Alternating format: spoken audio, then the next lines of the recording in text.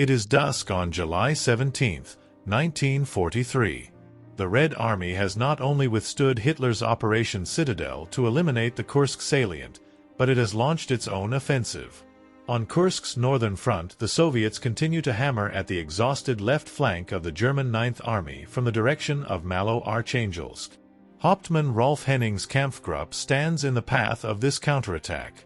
Before the day is over, the Kampfgruppe has decisively smashed the attack, destroying 22 Soviet tanks, some at more than 2,500 meters.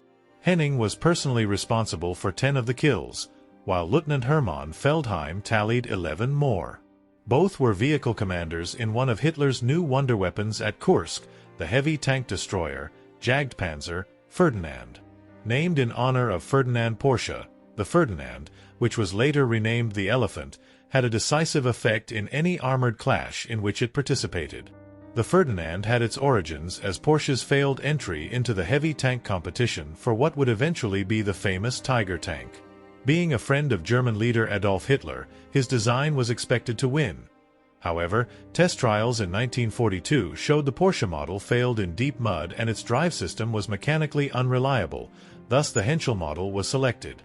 Assuming his design would win, Porsche already had stored 100 Krupp-built hulls at the Nibelungenwerk in St. Valentin, Austria. He submitted a proposal to build a heavy tank destroyer using these hulls. The specifications for this turretless vehicle included a maximum frontal armor thickness of 200 mm and use of the 88 mm Pak 43 halves anti-tank gun, the most powerful in Germany at the time. An order was issued in October 1942 for the conversion of 90 hulls into the new tank destroyer. Porsche supervised the development of the vehicle. Layout began with the standard formula used in Germany. The design called for the driving compartment to be placed in the front, the fighting compartment in the middle, and 2 engines in the rear. To compensate for the recoil of its main gun, designers extended the back of the casement to the back of the hull. With the main gun now firmly placed toward the rear of the chassis, the engines were relocated into the middle of the vehicle. Officially named the Ferdinand on February 6, 1943, the vehicle required a crew of 6. The driver and radio operator were situated at the front of the vehicle. The vehicle's commander, gunner, and 2 loaders were situated in the fighting compartment. As the main purpose of the vehicle was to destroy tanks, it boasted an 88 mm Pak 43 halves L71 gun. Fixed racks allowed for 36 rounds of armor-piercing or high-explosive ammunition, although the vehicle could carry as many as 90 rounds when necessary. The gun was so powerful that it could penetrate the front armor of the Soviet IS-2 at 2,300 meters, which was well before the IS-2 could get into the range of 500 meters to fire a round that could penetrate the Ferdinand. Unfortunately, the German designers failed to install a secondary machine gun, and this turned out to be a major flaw during combat on the Eastern Front. For survival in battle, the 100 mm hull front armor was doubled by the addition of a 100 mm bolted-on plate, making the Ferdinand practically impenetrable. Even the heavy Soviet Joseph Stalin tank hit us many times on the frontal armor without any effect, said Emanuel Schlenska, a Ferdinand gun commander. Both the hull and superstructure sides had an armor thickness of 80 mm, while the tops of both were 30 mm and the hull bottom a mere 20 mm thick. A pair of V12 265 horsepower Maybach HL 120 petrol engines powered the Ferdinand. The arrangement of the 2 engines, fuel tanks, generator, and drive motors in such a confined space, though, frequently resulted in overheating from an inadequate air supply to the carburetors. This design flaw plagued the vehicle throughout its service. The engines were extremely loud and could reportedly be heard up to 5 miles away. Supporting this armored giant, which had a combat weight near 69 tons, was a suspension system differing from the conventional German tank design, as the Porsche design did not possess return rollers. The heaviest armor-fighting vehicle of the time when it went into battle, the Ferdinand was 26 feet, 8 inches long with its gun, and slightly more than 11 feet wide and 9 feet, 9 inches tall. Its sheer bulk adversely affected its speed and range. The heavy tank destroyer had a maximum speed of only 19 miles per hour and a cross-country range of just 55 miles. It took the Germans a relatively short time to build the initial 90 Ferdinands. Production began at the Nibelungenwerk plant on February 16, 1943. The last vehicle rolled out of the plant 3 months later. The Wehrmacht established 2 heavy tank destroyer battalions, each having 45 Ferdinands, on March 22. Designated as heavy tank destroyer battalions, they were numbered 653 and 654. Heavy Tank Destroyer Regiment 656 was established on June 8. The regiment combined the 2 battalions under the overall command of Obsel, der Reserve Baron Ernst von Jungenfeld. The regiment also included a battalion that fielded the new Sturmpanzer IV. The battalions did not get any time to train together. Heavy Tank Destroyer Regiment 656 began its trek eastward toward Orel on June 9. As part of Field Marshal Walter Model's 9th Army, the regiment was placed under the command of the XXXXI Panzer Corps. The various elements had arrived at the designated assembly point by July 1. Positioned on the far left wing, the Ferdinand's combat debut was about to take place in Operation Citadel. For the initial push, both heavy Jagdpanzer battalions would go into action on level ground in support of the 86th Infantry Division. After penetrating enemy lines, Regiment 654 would switch its support to the 292nd Infantry Division, also of the XLI Panzer Corps. The Orel-Kursk Railway was the boundary line. Regiment 653 would deploy east of the railway, and 654 would deploy west of the railway. Before combat began, 6 Ferdinands had to be withdrawn for repairs. It was a bad omen. Operation Citadel began at 3:40 a.m. on July 5. The first objective for Regiment 656 was Hill 257.7, the cornerstone of the Soviet defenses in the area. The combination of a powerful gun and impenetrable front armor proved a lethal combination as the Ferdinands overran the first of 3 Soviet defensive lines. Reports stated the regiment destroyed several anti-tank guns and 26 T-34 tanks. However, dozens of the Ferdinands succumbed to enemy mines. Although the Ferdinand was an unexpected surprise to Soviets, they soon learned that like any armored fighting vehicle, the tracks proved highly vulnerable to anti-tank fire. Being such large targets, the Ferdinands were a magnet for enemy artillery.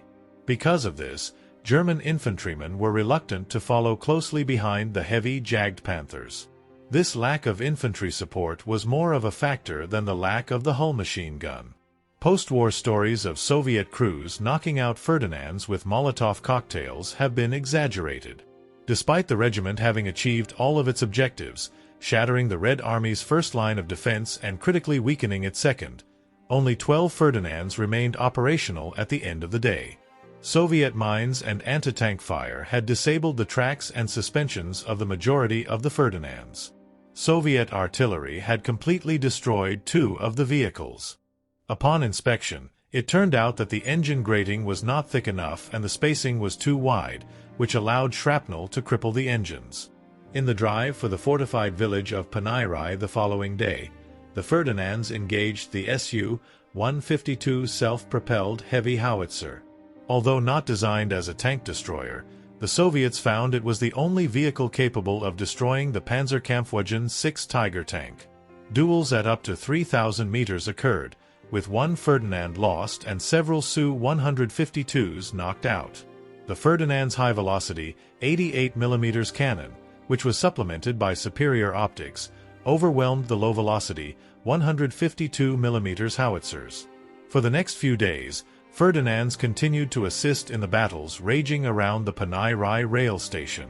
Unfortunately, the number of combat-ready vehicles on any day was in the single digits. Though 4 vehicles were unsalvageable, damage from mines and mechanical issues kept almost all of the tank destroyers under repair. The repair shops suffered from a chronic lack of spare parts. In addition, the Germans did not have a recovery vehicle capable of towing the heavy Ferdinand. It was only in June that 3 of the remaining hulls were converted to maintenance vehicles. However, these only had jib boom cranes and no recovery equipment. Repair crews had 20 of the 40 vehicles back in action by July 11th. Even in the small numbers available, the Ferdinands helped German forces overcome the second defensive line and part of the third line. By July 11th, the battle around Panirai had severely exhausted German resources, taking a heavy toll of both men and equipment. Small numbers of Ferdinands were held back to deal with the growing number of Soviet tank-led attacks on the German flanks. 1 week into the offensive, 19 Ferdinands had been listed as total losses. This included 1 abandoned vehicle captured by the Soviets. The situation abruptly changed on July 12 when the Soviets launched their own attack in the Ural salient. The Soviet attack initially was aimed at the 2nd Panzer Army, which was positioned north of the 9th Army. 10 Ferdinands were part of the force sent north, while the rest of Regiment 656 remained heavily engaged in combat in the Panirai area. For the next few days, the Ferdinand proved without a doubt that it was well suited to defensive roles by knocking out a significant number of Soviet tanks. The Germans loaded most of the vehicles in the regiment onto rail cars in Ural on July 20th in preparation for evacuating the untenable salient. The 6 vehicles that remained behind proved pivotal in stabilizing the area. Ferdinand losses increased as Operation Citadel dragged on into August and the Germans continued their retreat. The Germans recorded 39 Ferdinands as total losses. They blew up many of the 20 Ferdinands that had been immobilized owing to mechanical failures and could not be recovered. The lack of foresight to build a recovery vehicle capable of towing the 69-ton behemoth came back to haunt the Germans. As a late response, 3 of the remaining hulls were converted into a recovery vehicle known as the Bergpanzer Ferdinand. Unfortunately, the vehicle lacked a winch for pulling Ferdinands or other heavy armored fighting vehicles out of deep mud, which put a heavy strain on the recovery vehicle's transmission. On August 6, Regiment 654 was ordered to deliver its remaining Ferdinands to its sister battalion before heading to France to be eventually equipped with a newly designed 45-ton Jagdpanther. On Hitler's personal order, the remaining Ferdinands were sent to a steelworks in Dnipropetrovsk to begin their long overdue repairs. The overhaul of the vehicles turned out to be a long, drawn-out process.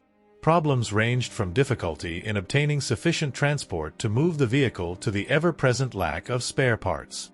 The Germans ultimately fitted the Ferdinands with new tracks, engines, and other parts, but they made no design improvements despite a long list sent by Regiment 656. Needing all operational armored fighting vehicles at the front, the Germans sent groups of repaired Ferdinands to critical areas, and late September the 40 Ferdinands in need of long-term repairs arrived in Nikopol, while 10 operational vehicles were deployed in the Zaporozh bridgehead over the Dnieper River. Held as mobile reserve, the Ferdinands continued to be an invaluable asset, as demonstrated on October 10 when they repulsed a Soviet assault through the destruction of 48 enemy tanks. The number of kills continued at Krivij Rog with another 21 tanks and 34 anti-tank guns eliminated. The regimental diary stated that from July 5 to November 5 the unit had destroyed 582 tanks, 344 anti-tank guns, 133 artillery pieces, 3 assault guns, 103 anti-tank rifles, and 3 aircraft. Although no records exist of exactly how many kills were attributed to the Ferdinand, there is little doubt it accounted for a very significant percentage. In December, orders came through for the Ferdinands to be sent to Nibelungenwerk in St. Valentin, Austria for repairs and modifications. In January 1944, the much-needed repair and improvement commenced. Among the key upgrades included the addition of a hull machine gun, the installation of a new commander cupola with 7 vision blocks. This type of cupola was installed on the Stu G3, replacement of the engine grating with a better designed one, and an additional 30 mm armor plate attached to the bottom front hull section. Urgency to complete the overhaul arose on January 22, 1944, when the Allies landed at Anzio, threatening to outflank the German defensive lines south of Rome. On February 15, the 1st Company of Regiment 653 received 11 Ferdinands, 1 Bergpanzer Ferdinand, and a maintenance platoon. The next day it was on its way to Italy. Arriving in the Anzione Tuno area a couple of weeks later, the company was attached to the LXXVI Panzer Corps.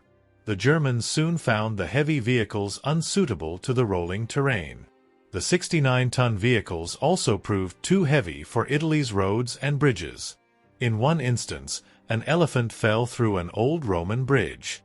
Even before the company could engage the enemy, the Germans had to destroy 2 Ferdinands when one ran off the road and became pinned and the other struck a mine. The Germans renamed the Ferdinand the Elephant in May. When the Allies finally broke out of the Anzio beachhead, the 9 remaining elephants were positioned along the Via Appia covering the approaches to Rome. The 1st Company of Regiment 653 knocked out several Allied tanks over a period of several days, but vehicle losses were high due to Allied air superiority. Allied fighter bombers destroyed 2 elephants, and the Germans blew up others that became too damaged to salvage. The Americans took possession of an abandoned elephant during this time. By June 21st, only 3 elephants and the Bergpanzer elephant remained in service.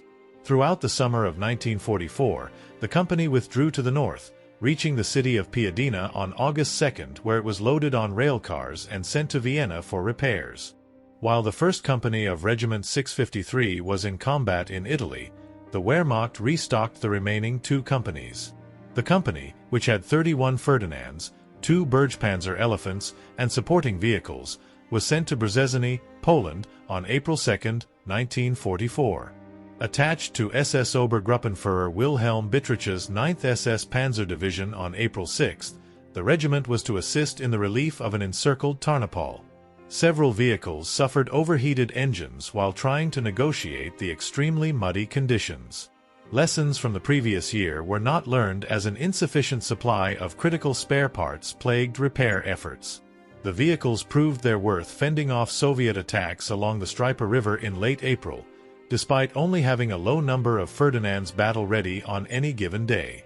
The weight of their firepower compelled Soviet commanders to withdraw their armor. Instead, the Soviets used large numbers of anti-tank guns and artillery pieces. The battlefront remained relatively quiet in May, which allowed the Germans to conduct repairs. All but 3 elephants were ready for action by June. The final 4 repaired vehicles joined the regiment, bringing it up to 28 vehicles. The calm was shattered on July 13th as part of the continuing Soviet offensive against Army Group Center. Regiment 653 fought a rearguard action at Pomorzany.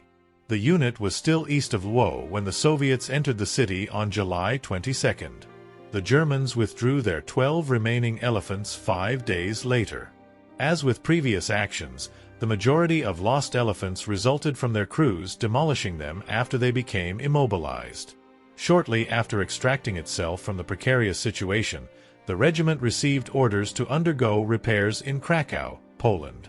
2 of the 1st Company's surviving vehicles joined the unit, raising the total to 14 vehicles. The Germans consolidated the elephants into a single elephant company. At the end of July, the company was assigned to General der Infanterie Friedrich Schulz's 17th Army. The other 2 companies fielded Jagdtigers. The Elephant Company remained in the Krakow-Tarnow area for a few months. On December 15th, it was redesignated Heavy Tank Destroyer Company 614 and sent to the Kielce area under the command of the 4th Panzer Army. The Red Army launched another offensive along the Wisła-Odra rivers in Poland on January 12, 1945. By month's end, the company had retreated all the way to Sora. Only 4 elephants survived, all of which needed repairs. A month later, Company 614 was situated at Wunsdorf south of Berlin with its 4 elephants ready once again for combat. Assigned to Kampfgruppe Ritter, the unit fought near Zossen on April 22nd. 2 more machines were abandoned due to unrepairable mechanical damage. The last 2 elephants fought in the Battle of Berlin that began on April 16th. 1 vehicle fought in Karl-August Square and the other at the Trinity Church. The Soviets eventually captured both vehicles. Limited by poor mobility and being underpowered, the Ferdinand elephant was plagued by mechanical issues throughout its career. However, the heavy tank destroyer may have been the most successful employed given that it had an estimated kill ratio of 10 kills to every 1 vehicle lost. Because of this, the Ferdinand elephant had a significant influence on the outcome of most armored clashes in which it was engaged.